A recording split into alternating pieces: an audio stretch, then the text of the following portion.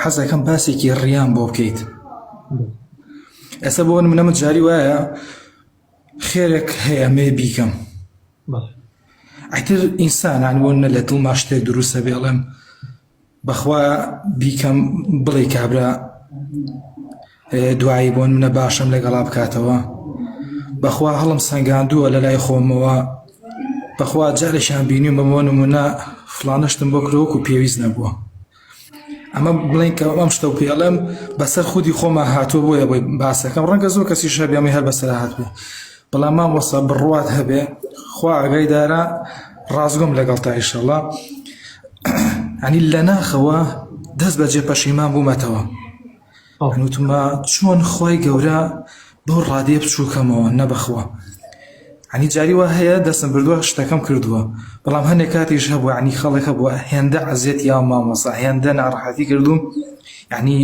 دەستم ژێڕاوەتەوە نەم کردووە. دەستە خۆش بە قوربانگیان پرسیارەکەت ڕوونە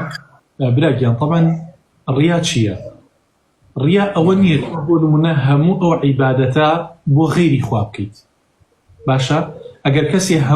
هەموو عیبادەتەکانی بۆ غەیری خوا بکە ئەوە شیرکی ئەکبەری کردووە ئەو ئینسانە پێی کافرە بێ و خارج عن الملة لە ئیسلام دەرەچێت. ڕیا چییە؟ ڕیا بۆ نمونە تۆ ئەتەوێت سەدەقەیە بکەیت حەزەکەی خەڵک بتبینێ سەدەقەکە بکەیت و خەڵک دەستخۆشیت لێ بکە نەوعا ما ئەتەوێت خەڵک لە خۆت ڕازیکەی بەو سەدەقەیە باشە قوربانیان مەسلەوتێ دروستەکەی زیاتر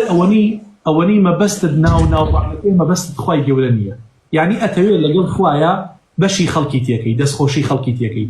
بۆیە قوربانگیان إخلاصي طواو لصدقيا لا نريد منكم جزاء ولا شكورا نپاداش ما لبرانبر أبيه نسپاسيش ما أبيت يك كي بو خوايكي خالصا مخلصا وك كاتك أشي بو مزجود قيتشك خلق باب بينيت كاتي صدقاكي خيتشك با خلق بينيت حج عمري إما بعض صعفك الإرادة والسلام جاري وابونمنا ها خطوة بدلتها خروجه بدلتها علي بۆ خۆیان ڕەنگە یەکێ ببینە لەو ڕێگەی دوای باسم کە بڵێمە ئەلەوەم بەسمە نابراگیان زین چۆنە برای شیرینم وەکوتم ئێمە حەج و عومرە بە ئاشکراکەین قورئان بە ئاشکرا ئەخوێنین ئەمانە هەمووی ئاشکرایە سا ئەو ڕیش و مەلامی حەی من ئاشکرایە المهم تۆ نیەتەکەت خالیسەن مخلیسەن بۆ خوا بێت یەکی قوربانیان هەڵمانی خەڵک فریوت نەدات